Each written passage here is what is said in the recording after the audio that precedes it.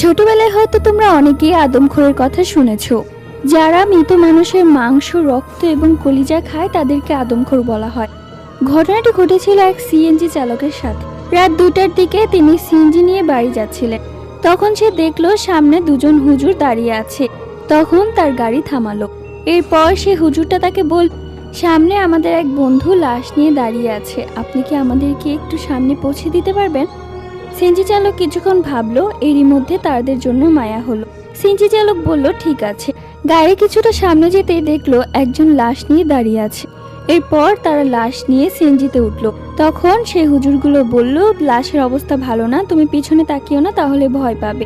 কিছুক্ষণ পর সে কট কট শব্দ শুনতে পেল। তখন সে তার লুকিং গ্লাসে তাকিয়ে যা দেখলো, এই ঘটনার ফুল গল্প তোমরা কিন্তু আমার জাভেলস স্টোরিতে পেয়ে যাবে। জাস্ট ক্যাপশনে ক্লিক করে তোমরা ফুল ভিডিওটা দেখে এসো।